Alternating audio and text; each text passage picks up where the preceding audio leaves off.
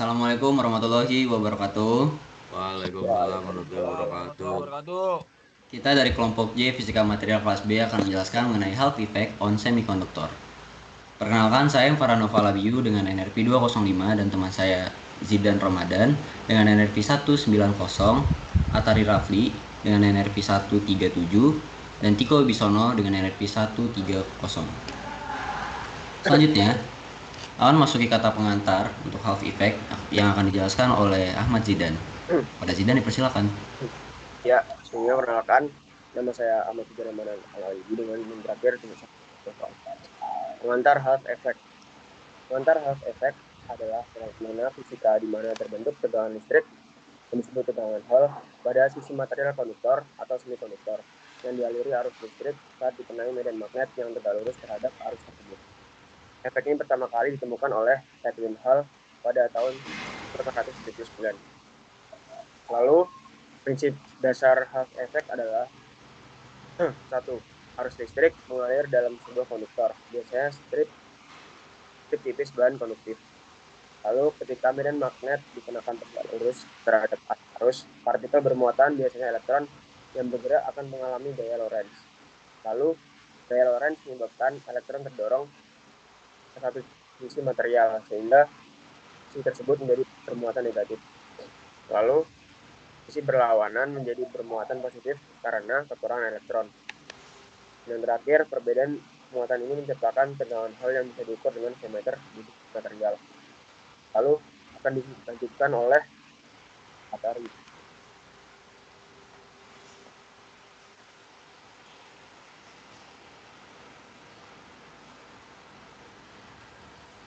Oke, izin masuk. Perkenalkan, nama aku Atari Raffi Rinaldi dengan 3 NIM digit terakhir 137. Mungkin aku sedikit nerangin tentang dasar teori half effect.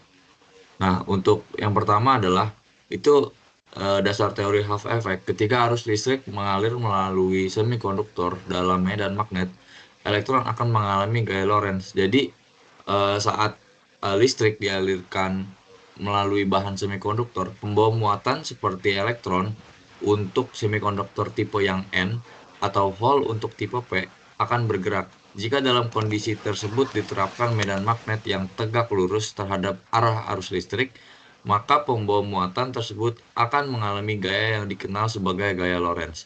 Nah, gaya ini bekerja tegak lurus terhadap arah arus dan medan magnet, sesuai dengan hukum tangan kanan dalam fisika. Gaya Lorentz juga inilah yang menyebabkan terjadinya penyimpangan lintasan pembawa muatan dalam semikonduktor. Terus, gaya ini juga nyebabin akumulasi muatan di sisi tertentu, menciptakan tegangan Hall atau VH. Nah, karena gaya Lorentz mendorong pembawa muatan ke salah satu sisi bahan semikonduktor, maka terjadi akumulasi muatan di sisi tersebut. Akumulasi ini menciptakan medan listrik internal yang berlawan arah dengan gaya Lorentz, dan ketika keseimbangan tercapai, terbentuklah perbedaan potensial antara sisi bahan yang disebut sebagai tegangan Hall. Nah, tegangan Hall ini dapat diukur dan nilainya tergantung pada arah gaya Lorentz. Juga jenis pembawa muatan serta besar arus dan medan magnet. Menariknya, tanda dari tadi FH atau apa sebagai Hall itu bisa menunjukkan apakah bahan tersebut adalah semikonduktor tipe P positif atau tipe N negatif. Nah, yang terakhir adalah persamaan dasarnya. Persamaan dasarnya adalah VH sama dengan IB per QND. Nah, pengembangan ini keterangannya tuh VH itu adalah tegangan Hall atau satuan volt. I itu adalah arus listrik yang melewati bahan dengan satuannya ampere.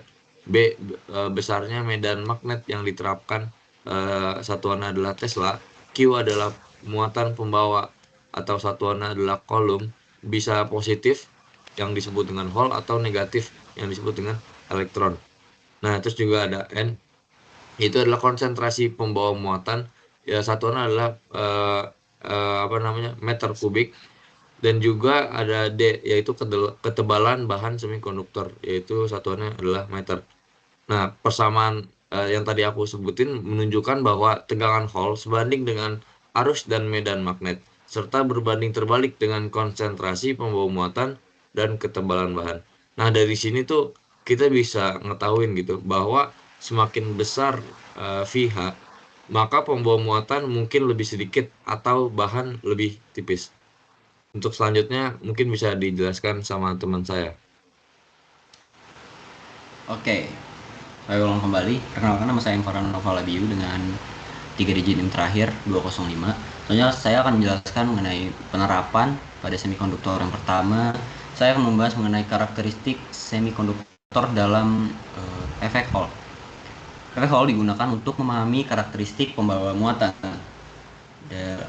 Dalam semikonduktor terdapat dua tipe utama berdasarkan jenis pembawa muatan mayoritasnya. Yang pertama ada tipe N negatif. Pada semikonduktor tipe N negatif, elektron adalah pembawa muatan mayoritas. Elektron memiliki mobilitas tinggi dan bergerak bebas melalui struktur kristal semikonduktor. Hall effect yang dihasilkan akan menunjukkan arah gaya Hall yang sesuai dengan arah gaya gerakan elektron. Dengan mengamati arah dan besar tegangan Hall, kita itu jadi bisa mengetahui bahwa material tersebut bertipe minus N atau N. Selanjutnya tipe P atau tipe positif.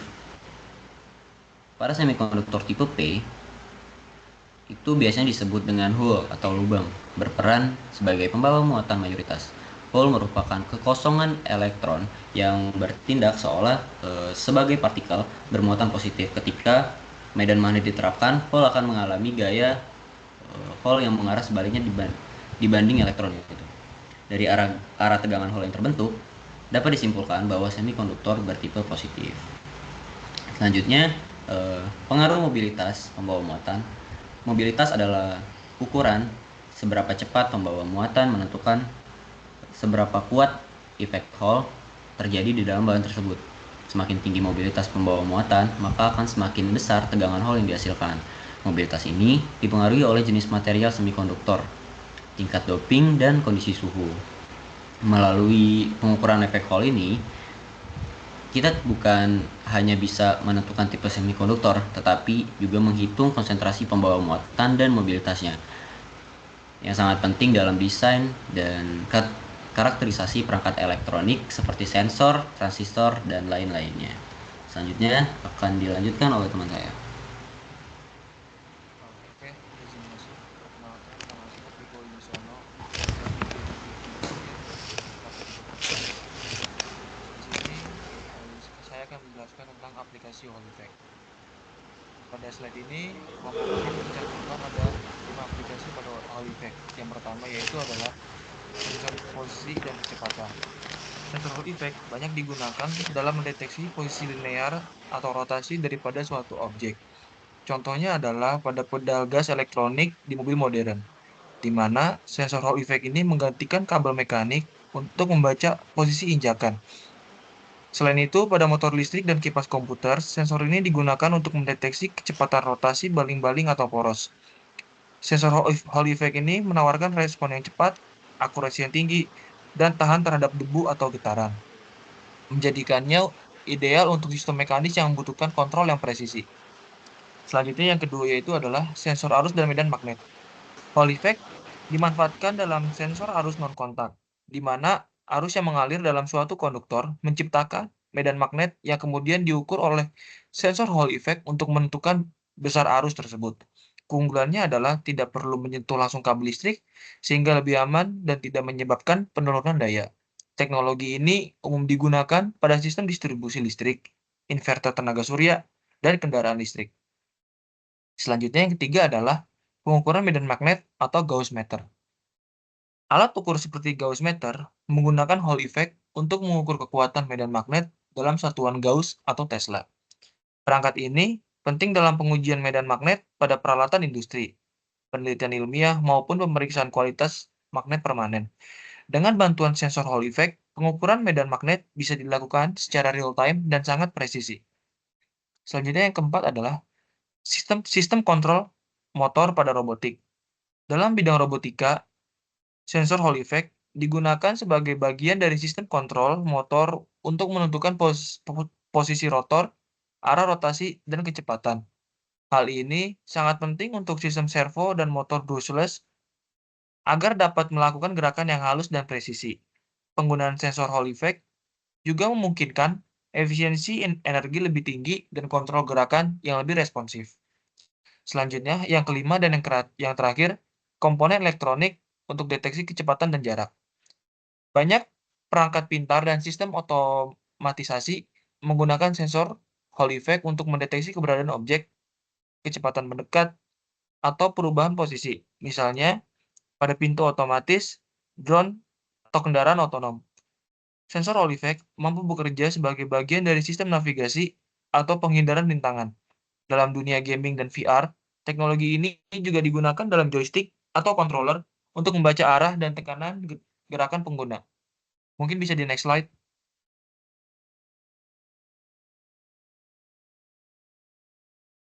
Oke, selanjutnya yang terakhir yaitu adalah kesimpulan.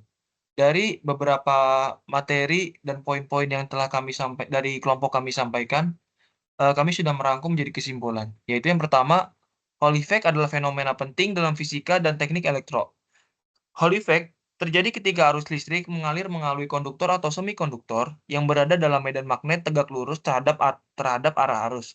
Hal ini menghasilkan perbedaan tegangan yang dikenal sebagai tegangan Hall. Fenomena ini menjadi dasar penting untuk memahami perilaku bahwa muatan dalam material dan interaksinya dengan medan magnet. Yang kedua, memiliki banyak aplikasi dalam sensor dan pengukuran medan magnet. Hall effect digunakan secara luas dalam pembuatan sensor medan magnet yang presisi, seperti Hall sensor yang ditemukan dalam perangkat seperti mobil, smartphone, serta peralatan industri untuk pengukuran arus dan kecepatan. Keunggulan sensor Hall effect adalah respon yang cepat, akurasi yang tinggi, dan daya tahan dalam berbagai kondisi lingkungan yang ada. Selanjutnya yang ketiga dan terakhir adalah memungkinkan pengukuran konsentrasi pembawa muatan dalam semikonduktor. Dalam fisika material dan teknik semikonduktor, Hall effect memungkinkan analisis kuantitatif terhadap jenis dan konsentrasi pembawa muatan dalam bahan semikonduktor.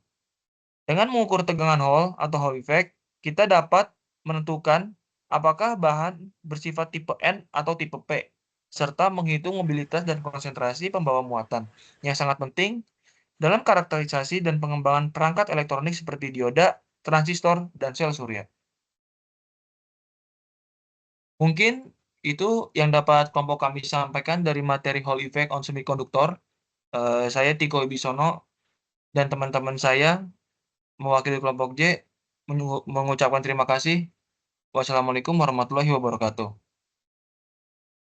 Waalaikumsalam warahmatullahi wabarakatuh.